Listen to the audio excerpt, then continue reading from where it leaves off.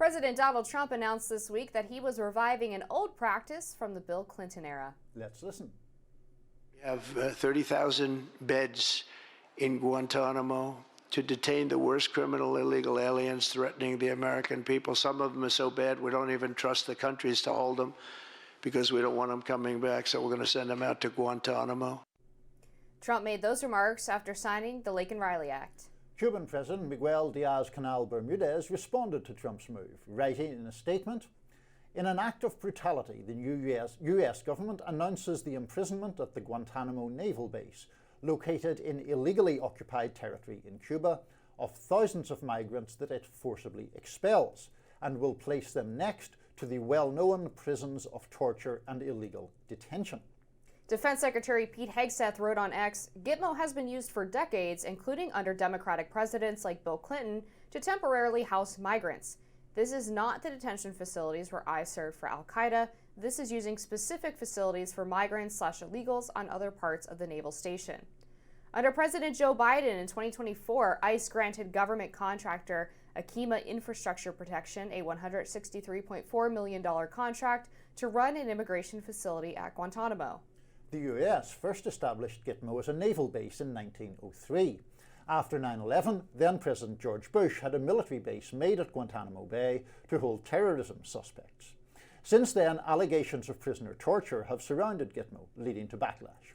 Then-President Bill Clinton in 1994 used the naval base as a hub for processing Haitian refugees and certain Cuban refugees. A government report shows that there were about 45,000 migrants housed there that year. According to a New York Times tally, the total cost of running Guantanamo Bay was over $540 million. American humorist and NPR host Peter Segal wrote on Blue Sky, "A reminder, the G.W. Bush admin built a prison at Gitmo not because of its size or facilities, but on the theory that because it was not in the US laws would not apply. And because the US didn't recognize Cuban sovereignty over it, Cuban law didn't either. It's a stateless, lawless zone of impunity." Cenk Uygur said, "It turns out last year Biden gave a private prison company a multi-million-dollar contract to run the migrant jail at Guantanamo. So, does that mean Biden started the concentration camps? Also, Clinton had 45,000 migrants in that same facility. Or did Clinton start the gulags?" Well, I think there's a lot to discuss here. It is certainly true that, let's start with the very basic stuff. Guantanamo Bay, in the way that most people think of the detention facility, and this proposed facility are two different places. They're apparently literally on opposite sides of what is actually Guantanamo Bay. And it is certainly the case that it was used to hold a lot of Haitian and Cuban refugees or asylum seekers dating back to the Clinton years. I think that obviously that was occurring before Guantanamo Bay was identified in the public imagination with the detention facility. I do question why President Trump didn't perhaps clarify that difference more himself. He talked, about Guantanamo Bay, and most Americans obviously think of the detention camp when that happens. But there we are. That's the proposal. Yeah, I think it seems like a good idea, frankly. We have this facility there. There's space there. It's already up and running. We're going to have a shortage of beds in the U.S. as this deportation operation continues.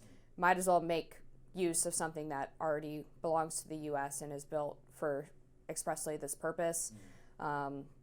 Doesn't sound like it would save much money, unfortunately. That would be a nice 1-2 punch. But yeah, there was an initial freak out over this because people assumed that they were going to be housed with terrorists, and there's an entirely separate migrant facility, so I don't really see the issue. Presumably the money will have to be authorized by Congress, I imagine. I mean, it hasn't, I'm not quite clear, that contract that we referred to, I'm not entirely sure if that money has been paid. As I understand it right now, the proposed migrant setting is basically, there's nothing really there. It's like fields, and one of the difficulties beyond what one thinks of the immigration issue is during the Clinton era, it appears to have been essentially tent cities that were set up there, which were not very satisfactory from anybody's point of view. My concern about Trump and not and his not making the distinction clearer is that I wonder whether it is of a piece of the way he tends to talk about migrants in a way that is synonymous with crime, or at least highlighting crime all the time. I don't really think that you can talk the way he does without, in effect, smearing people who have broken immigration laws but who have not otherwise committed criminal acts as having a propensity to do those acts.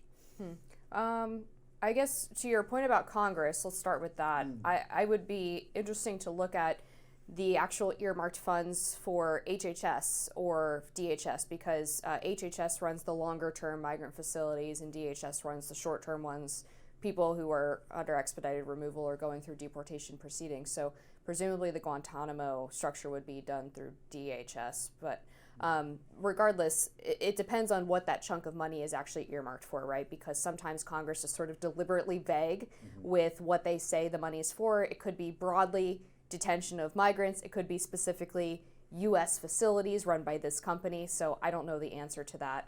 On the other question about whether Trump is sort of dehumanizing migrants or saying that they're sort of predisposed to being criminals, I don't really get that. I think the issue at stake here is even if you accept the premise that illegal immigrants commit crime at relatively the same rate as American citizens, which I don't, by the way, but that's a whole separate debate, which I think we've talked about it before, some of the numbers there.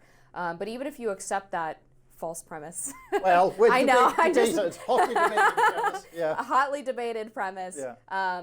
The issue is that if they commit a crime, they shouldn't have been here in the first place, right? So this is a preventable situation.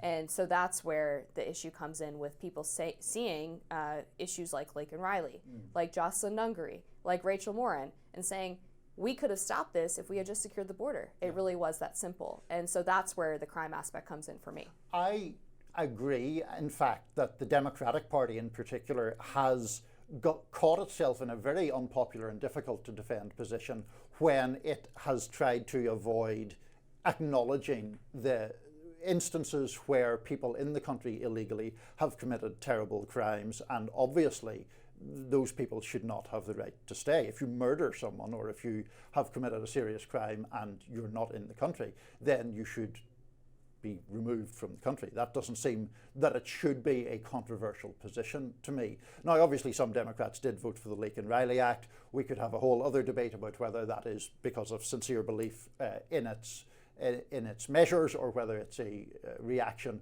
to electoral vulnerability following November's election.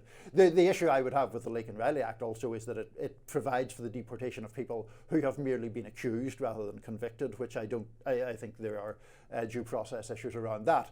But the point is, obviously, there is a very clear moral argument that people who commit serious crimes and are found guilty of them and are in the country illegally shouldn't be in the country. Yeah, that seems obvious. And then the broader question is whether you think there's a moral argument for removing all people who cross the border illegally to disincentivize the practice. Yes, and we would have a whole other segment Indeed, about that, but I'm actually not as far to the left side as you might think I am on that question. Oh, well, we should talk about this another time. But up next, because we are out of time, Tulsi Gabbard is on the hot seat. Stick around.